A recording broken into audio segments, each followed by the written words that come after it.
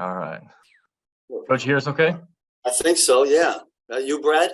That's me. Yes, sir. You can hear me all right? Yep, we're ready to start when you are. Okay, I'm ready to go. Let's just open it up. Perfect. We'll start with Pete Sweeney. Go ahead, Pete.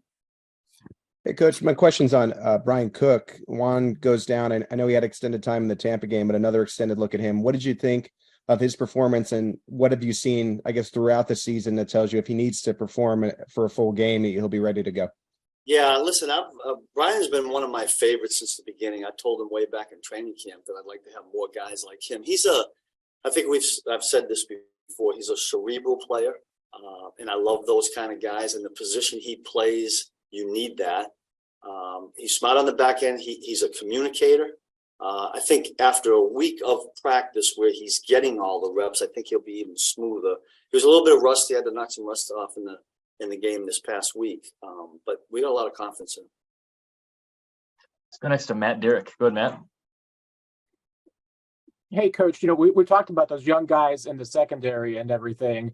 On Josh Palmer's 2 touchdowns, it looked like maybe there might have been some miscommunications. Was there any issue there in the coverage on those? Nah, the first one was just we need to play it better. Guys needed to be deeper, and we saw something. There was one of the defenders on the back end should have played a little bit differently. We cleaned that up, we'll be okay, but it wasn't a communication thing. It was more eyes than anything else. And then I'm trying to remember the other one. I know 13 got the one at the end of the game. What's the other one you're thinking about that Palmer got? You said 2. You're still unmuted, Matt. Go ahead. Oh, your audio isn't working though. We lost you, Matt. but anyway, here we go. Matt, it wasn't a communication. That was the short 6-yarder at the last one. I don't remember it. I can't recall it, so I can't help you on that one. The deep one I do remember though. I don't forget those. I can tell you that. Let's go next to Sarin Petro. Go ahead, Sarin. Brad, I'll have a follow-up as well. Coach, what a minute 34 when you see that, do you think the way a lot of the fans do, oh, Patrick will get it done, that's just the right amount of time when you have a chance to sit back, and I know you got other things you're doing, but there is that element of it. What goes through your mind when you see that much time on the clock? Well, certainly the whole team, every guy on that sideline has confidence in our offense, led by Pat. Quite honestly, I'm doing scenarios. If we do score, what do we have to do? Do we want Dime out there? What do they do in a 2-minute situation based on our research? If we don't score and it's 4-minute, I think there were 2 timeouts left up there. Would we be able to get the ball back? To be quite honest with you, that's what we're going through. That's what I'm talking through. And at that point, that's all we can do. And then every once in a while, I sneak a peek out there to see if we're, getting the ball downfield. But a lot of confidence in Pat, obviously. Michael Dana gets you a couple sacks. Chris Jones continues to do what he's done. I've kind of been a theme here of late. Your defensive line, maybe if you ever get everybody out there in a rhythm, a couple of weeks in a row, do you feel like this is starting to become one of the strengths of the defense? Yeah, listen, they got after it in this past game. Joe does a great job with them. Joe and Terry.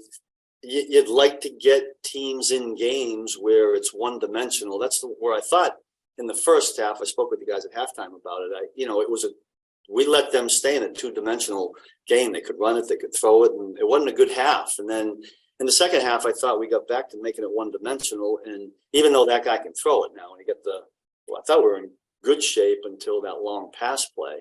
But our D-line had a lot to do with how it changed in the second half, both in the run and the pass. Let's go next to Herbie Teope. Go ahead, Herbie. Hey, Coach. Good afternoon. Hope you're well. You too.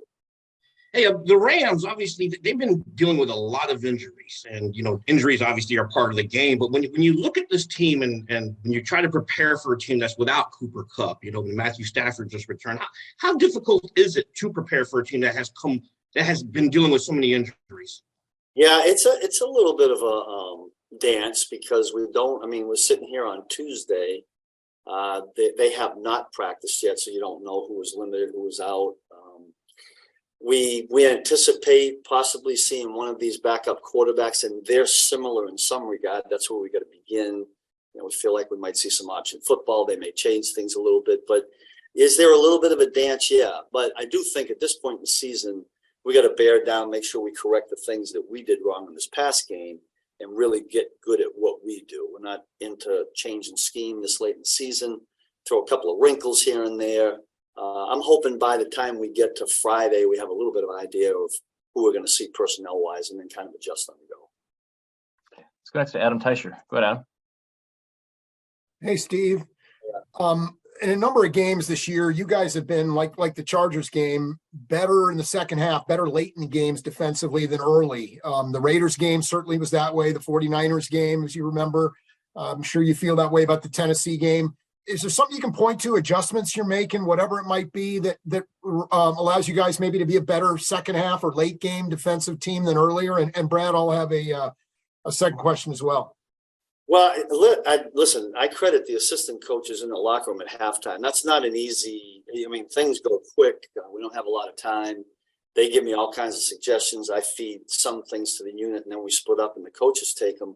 And then the other part of it is I think our guys do a good job of getting a feel for the way a team wants to attack us. I mean, sometimes it takes a whole half to get the looks. And is it going to be gap schemes in the run? Are they just going to stretch? Is it play action and throw it deep, or is it a bunch of checkdowns? So we convey it to them, and our guys have done a good job embracing it and coming out in the second half. And the only thing that we were a little disappointed, or one of the things we were disappointed in last week, was that we would have liked to have closed the game out at 23-20 and not allowed that last touchdown. And I thought the second half was really good defense, except for that one play and allowing that score. But we'd like to play some better first halves, or I should say, we'd like to put together a full game of both halves and play good, solid defense. Okay. And what's your happy Thanksgiving, by the way, Steve? Brad will cut me off after the question, but what's your coaching point to Josh Williams on that 3rd and 18 play? I mean, he was there. He could have made a play on the ball. What's your coaching point there? The biggest coaching point, and I talked with him after, is, that he had great coverage. He was stride for stride with him. And at that point, he has to become the receiver. And what I mean by that is he has to just find the ball just like 13 did and just go play the ball. He got caught a little bit playing the man. At that point, late in the down, at the top of the route where that thing developed, he should have just become the receiver. He'll learn that, Adam. I think he'll learn and get better at that. And hopefully down the road here, if he gets the same situation, he makes that play. That's all we've got for you, Coach. Appreciate you taking the time. Happy Thanksgiving to all. Enjoy. You too. Thank you.